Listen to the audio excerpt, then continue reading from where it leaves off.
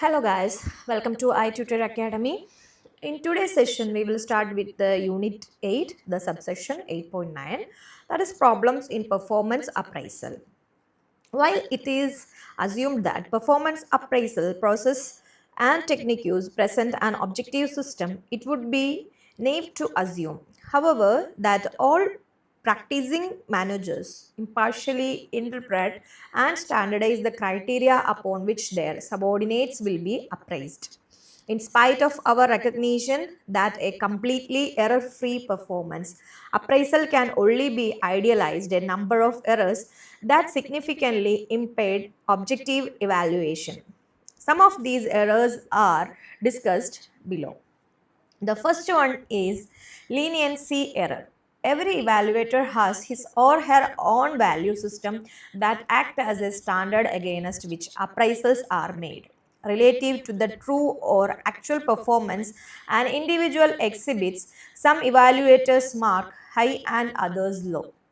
The former is referred to as positive leniency error and the latter as negative leniency error. When evaluators are positively lenient in their appraisal, an individual's performance becomes overstated, that is rated higher than it actually should. Similarly, a negative leniency error understates performance, giving the individuals as lower appraisal. Next is halo effect. The halo effect or error is a tendency to rate high or low on all factors due to the impression of a high or low rating on some specific factors. For example, if an employee tended to be conscientious and dependable, the supervisor might become based toward that individual to the extent that he will rate him or her high on many desirable attributes. And third one is similarity error. When evaluators rate other people in the same ways that the evaluators perceive themselves, they are making a similarity error based on the perception that evaluators have of themselves. They project those perception onto the others.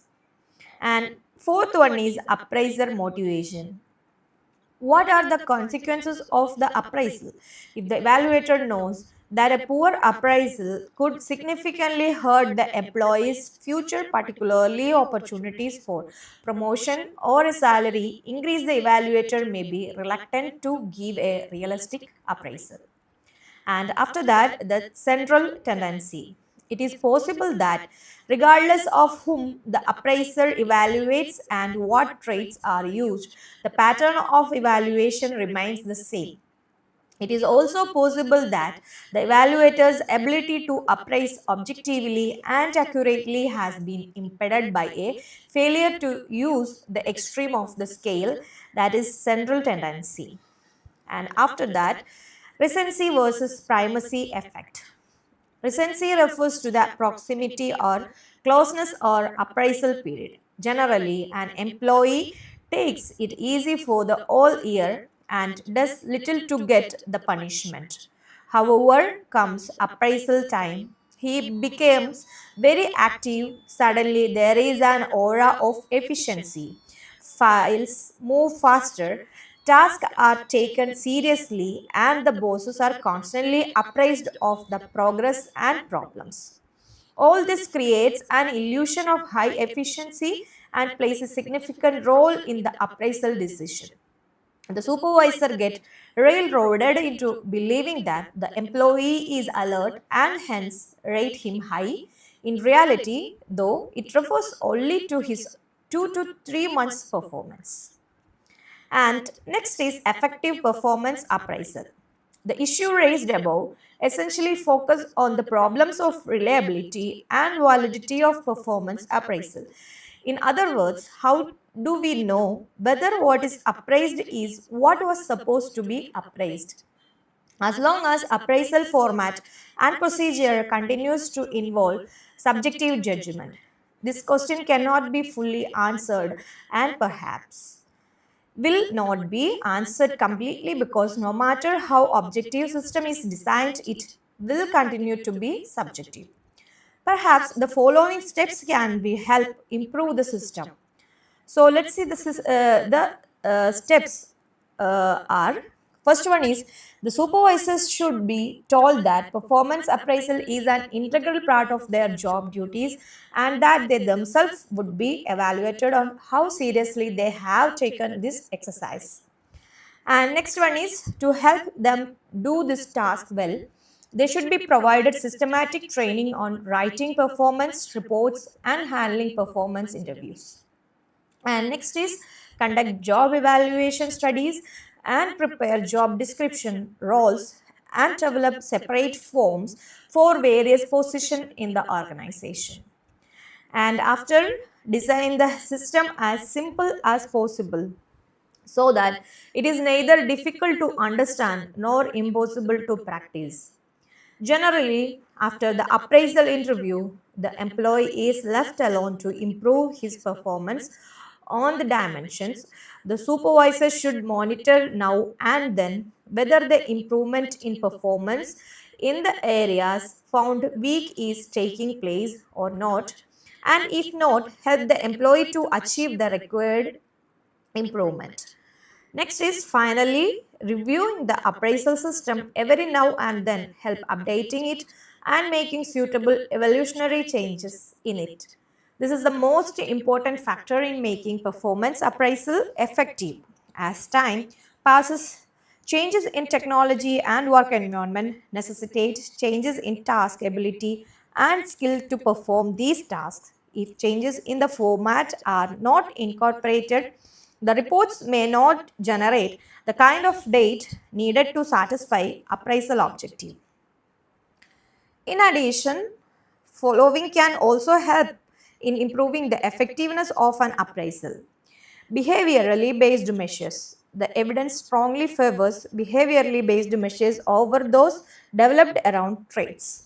Many traits, often considered to be related to good performance, may in fact have little or no performance relationship. Next is ongoing feedback. Employees like to know how they are doing. The annual review, where the managers share the subordinate evaluate with them, can become problem. In some cases, it is a problem merely because managers put off such a reviews. And next is multiple raters. As the number of raters increase, the probability of attaining more accurate information increases. If rater error tended to follow a normal curve, an increase in the number of raters will tend to find the majority congregating about the middle. If a person has had 10 supervisors, 9 having rated him or her excellent and 1 poor, we can discount the value of the 1 poor evaluation. And next is peer evaluation. Periodically, managers find it difficult to evaluate their subordinate performance because they are not working with them every day. Unfortunately, unless they have this information, they may not be making an accurate assessment. And next is potential appraisal. Many companies which carry out performance appraisal also keep records on the potential of their employee for future promotion opportunities. The task of identifying potential for promotion cannot be easy for the appraising manager, since competence of a member of staff to perform well in the current job is not an automatic indicator of potential for promotion. Potential can be defined as a latent but unrealized ability. There are many people who have the desire and potential to advance through the job they are in, wanting the opportunity to operate at a higher level of competency in the same type of work. The potential is the one that the appraiser should be able to identify and develop because of the knowledge of the job. These may be areas where the employee has not had a real opportunity to demonstrate the potential ability, and there may be areas with which you as the appraisers are not familiar.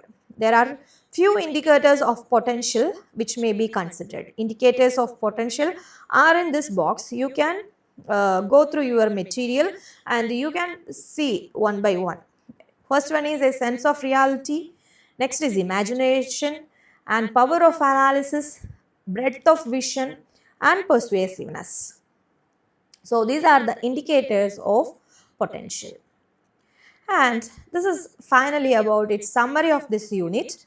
The performance appraisal is concerned with setting objectives for individuals, monitoring progress towards these objectives on a regular basis in our atmosphere of trust and cooperation between the appraiser and the appraisee. Well designed appraisal system benefit the organization, managers and individuals in different ways and need to fulfill certain key objectives if they are to be successful. Appraisal system should be designed to focus employees on both their short and long-term objectives and career goals. It is also important to be aware of the problem associated with performance appraisal system. So after that, self-assessment questions also there, and you can go through the previous videos and all. You can answer these questions. The first question is explain the performance appraisal system. Either suggest improvement to an exciting appraisal system in your organization or design an appraisal system which would meet the objectives outlined in this chapter. And second is describe the 360-degree appraisal with the help of examples.